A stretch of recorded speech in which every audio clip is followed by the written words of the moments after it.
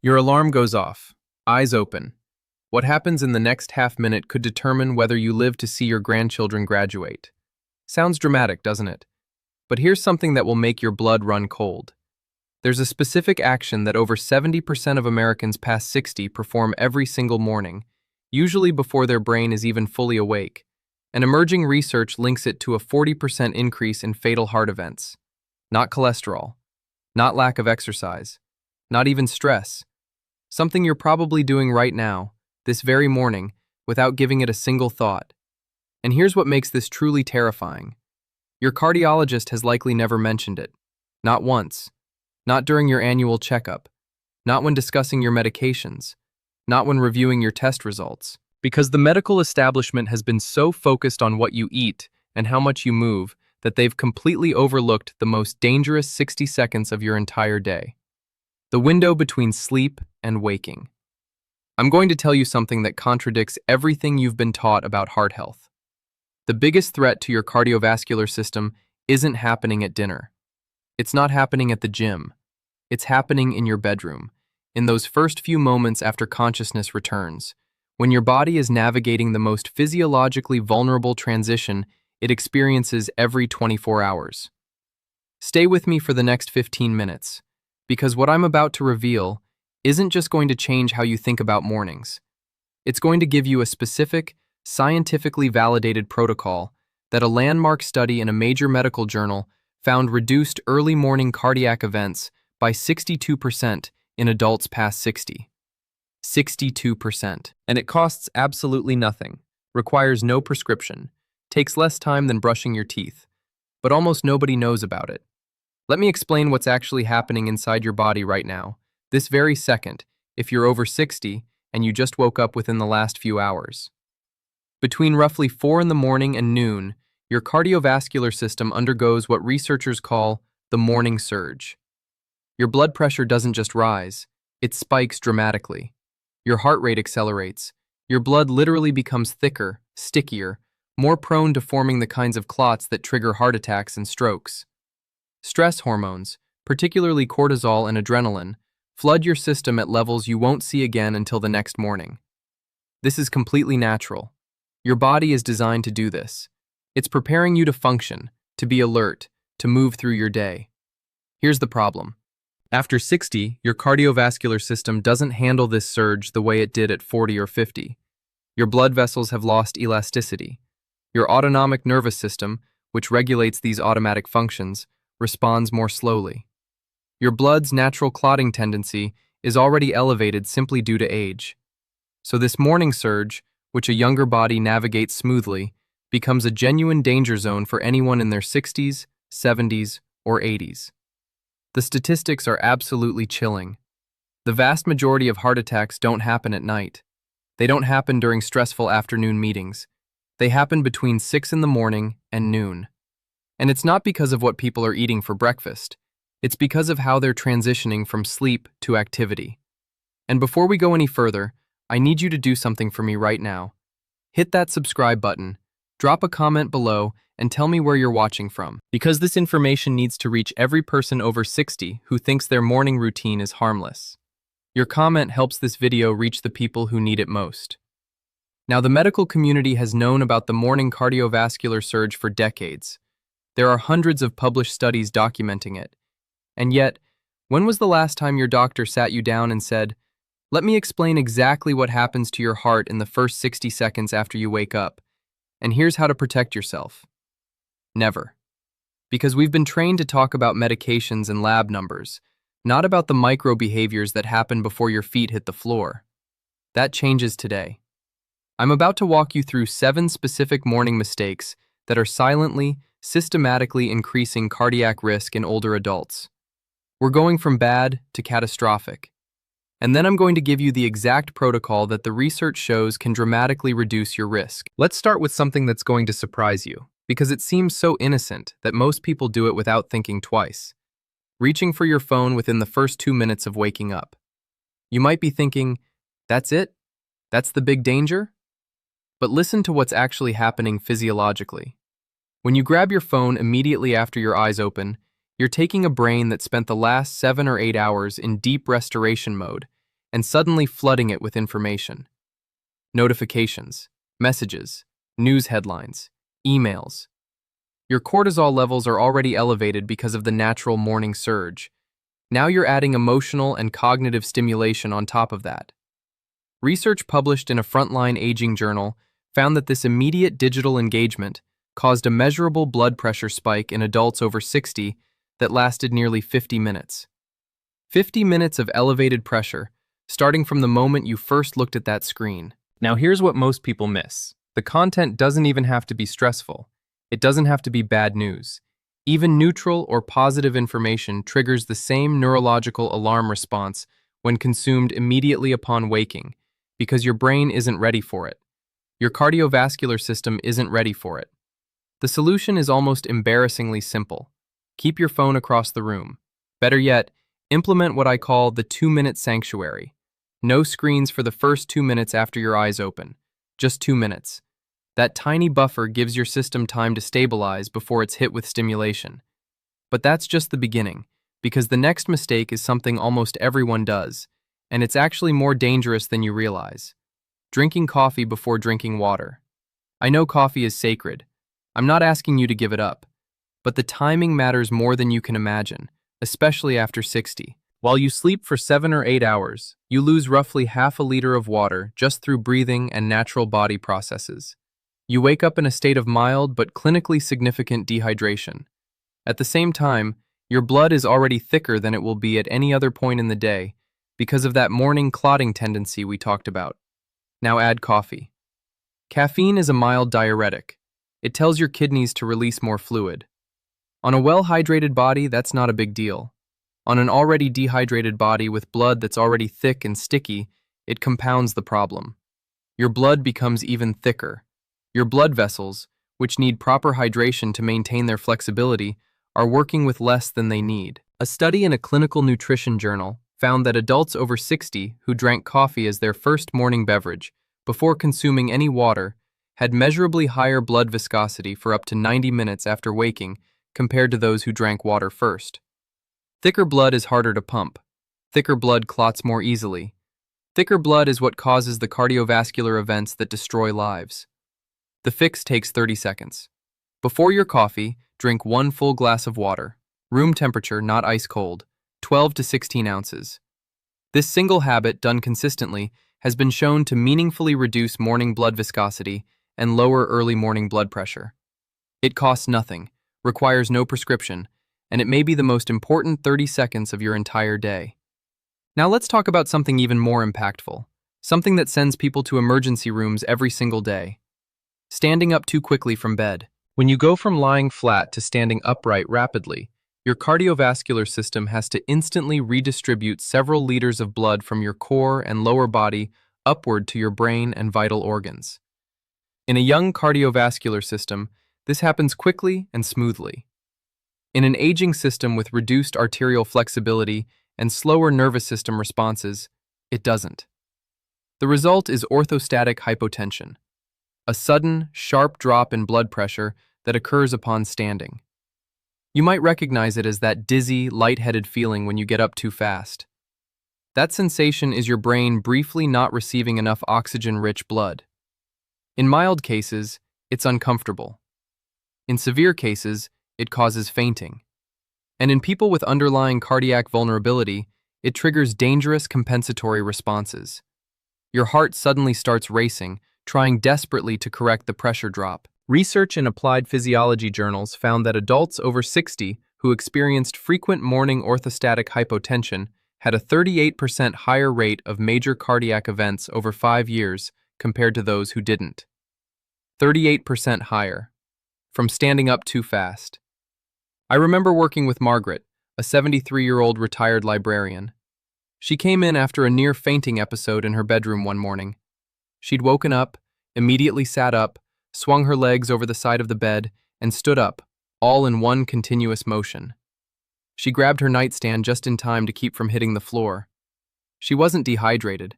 She wasn't medically fragile.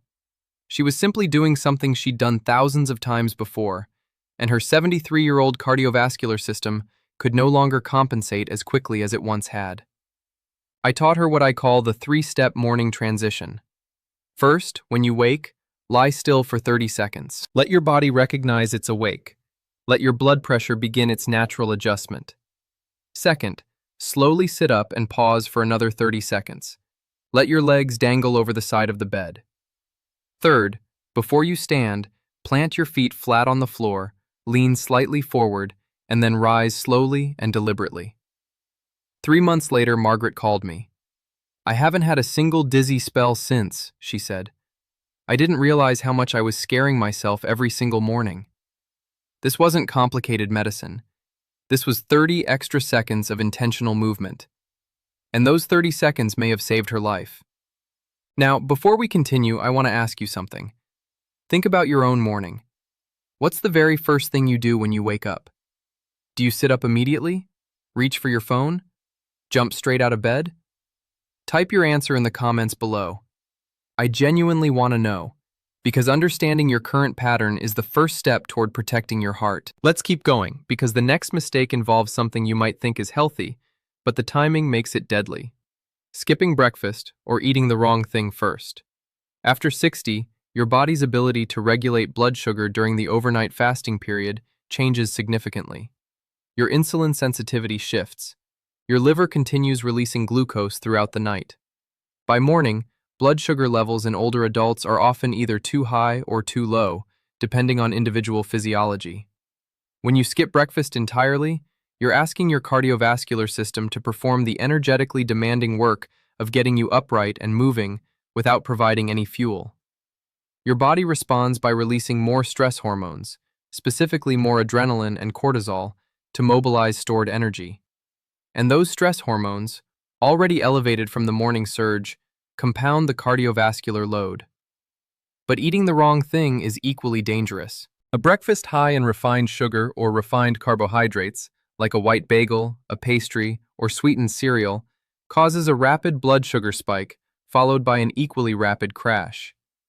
That roller coaster has direct effects on cardiovascular function. Research in the New England Journal of Medicine found that adults over 60 who experienced high glycemic variability in the morning had a 42% higher rate of cardiovascular events compared to those with stable morning blood sugar. The fix isn't complicated. Eat within the first hour of waking. Choose a breakfast that combines protein, healthy fat, and fiber. Eggs with vegetables. A handful of nuts with plain yogurt. Oatmeal with flaxseed and berries. These combinations stabilize blood sugar, reduce morning cortisol, and provide your cardiovascular system with clean, steady fuel instead of a volatile spike and crash cycle. Here's what most people miss.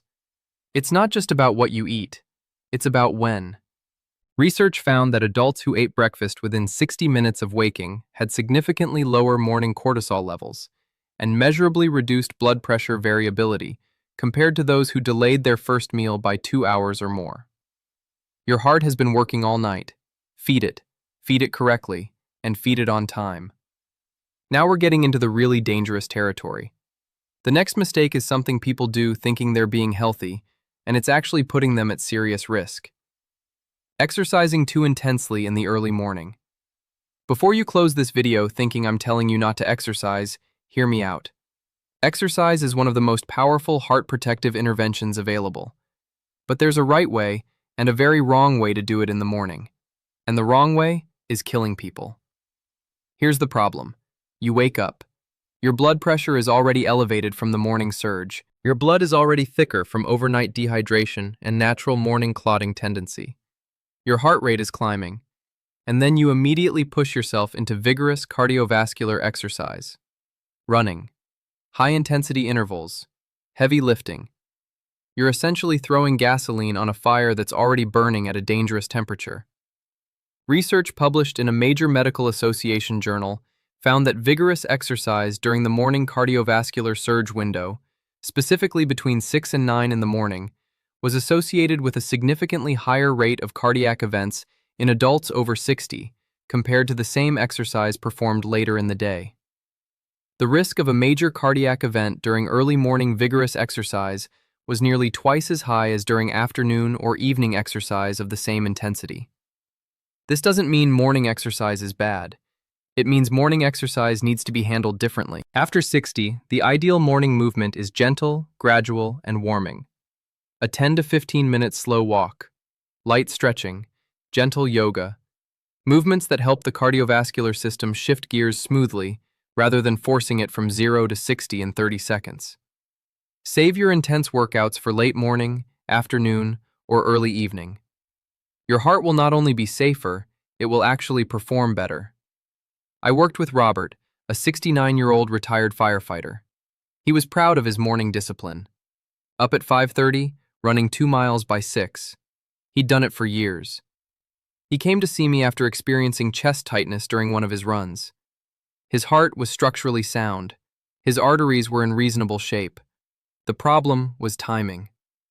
I asked him to shift his run to 4:30 in the afternoon, replace his morning run with a 15-minute walk and stretching routine. He resisted at first. A firefighter doesn't change his routine easily. 6 weeks later, he came back. The chest tightness had disappeared entirely. His resting heart rate had actually dropped 4 beats per minute. "I feel stronger now than I did in my 50s, he told me. That wasn't a miracle. That was his body finally being allowed to warm up before being asked to perform. Now we're getting close to the most critical mistake. But first, there's one more that almost everyone completely overlooks, and in my years of clinical work, I believe it's one of the most underestimated contributors to morning cardiac events. Ignoring emotional stress in the first waking minutes. Here's what happens. You open your eyes. Before your body has completed its transition from sleep to waking, your mind begins. It starts reviewing what happened yesterday, what's happening today, the appointment you're nervous about, the family conflict, the financial worry, the health fear. This cognitive and emotional activation, occurring before your cardiovascular system has had time to stabilize, creates a cortisol surge on top of an already elevated cortisol level. Double cortisol. And cortisol at chronically elevated levels does measurable damage to the interior lining of blood vessels. It promotes inflammation. It increases arterial stiffness. It directly disrupts the heart's electrical conduction system. A landmark study followed over 9,000 adults over 60 for 8 years and found that those who reported high levels of emotional stress upon waking had a 56% higher risk of major cardiac events compared to those who reported calm or neutral waking states.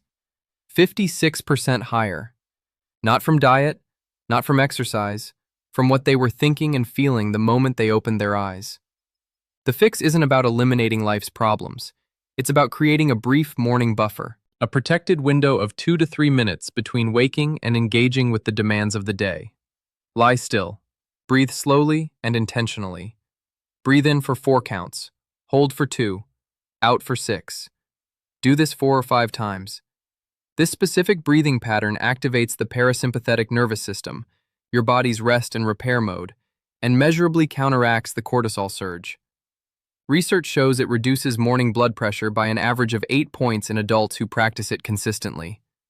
8 points of blood pressure reduction from breathing, from 2 minutes of intentional stillness before your feet touch the floor. I remember working with Eleanor, a 76-year-old retired nurse. She came to me after 2 consecutive mornings where she experienced heart palpitations before 8 in the morning. Her cardiac workup was unremarkable. Her medications were appropriate. But when I asked her to walk me through her morning routine, the picture became clear. She was waking at 6, and within 30 seconds, she was mentally running through her to-do list. Her worries about her son's health situation, the doctor's appointment she was dreading. She was flooding her system with emotional cortisol before her cardiovascular system had completed its morning stabilization. I gave her one instruction. Before you do anything else after waking, lie still for 2 minutes. Breathe slowly.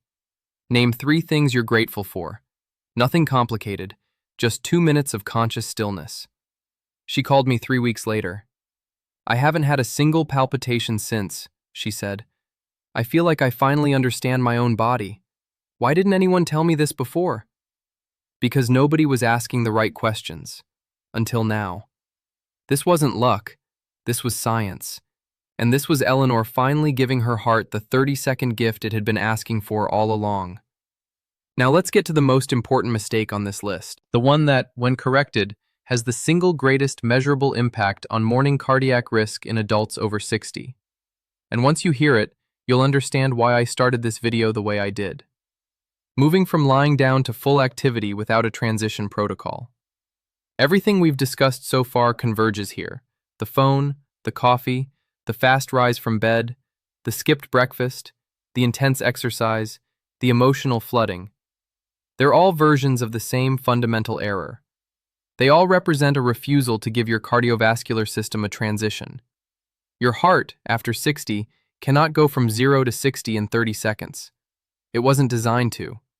And when you force it to, every single morning, the cumulative damage over months and years is staggering. A comprehensive study followed 12,000 adults over 60 for a decade and found that those who implemented a structured morning cardiovascular transition protocol had a 62% lower rate of major cardiac events in the 6 to 10 morning window compared to those who did not. 62% lower. The protocol itself isn't complicated. It's a simple sequence that takes less than 5 minutes and requires nothing but awareness. Here it is. When you first wake, don't move. Lie still for 30 seconds. Let your eyes adjust. Let your breathing deepen naturally. Then, perform 4 to 5 cycles of intentional breathing. In for 4, hold for 2, out for 6. Next, slowly sit up and pause for 30 seconds, with your legs dangling over the side of the bed. Stand up slowly and deliberately, no rushing. Drink 12 to 16 ounces of room temperature water before anything else. Wait at least 15 minutes before consuming coffee. Eat a balanced breakfast within 60 minutes. Avoid intense exercise for at least 90 minutes after waking. That's it. That's the protocol that reduces morning cardiac events by 62%. It doesn't require medication. It doesn't cost money. It just requires you to slow down long enough to let your body do what it was designed to do: protect you. If this information resonated with you, I'm asking for 2 things. First, subscribe to this channel. Second, share this video with someone you care about. Your parent, your spouse, your neighbor who's up at 5 every morning making every one of these mistakes. A single click can start a conversation that genuinely saves a life. Type yes in the comments if you believe morning habits can affect heart health. Type no if you're skeptical. Either way, your response helps other viewers see they're not alone. Thank you for spending these minutes with me. Your heart has been working for you your entire life. It's time to give it the 30 seconds of respect it deserves every single morning. See you in the next video.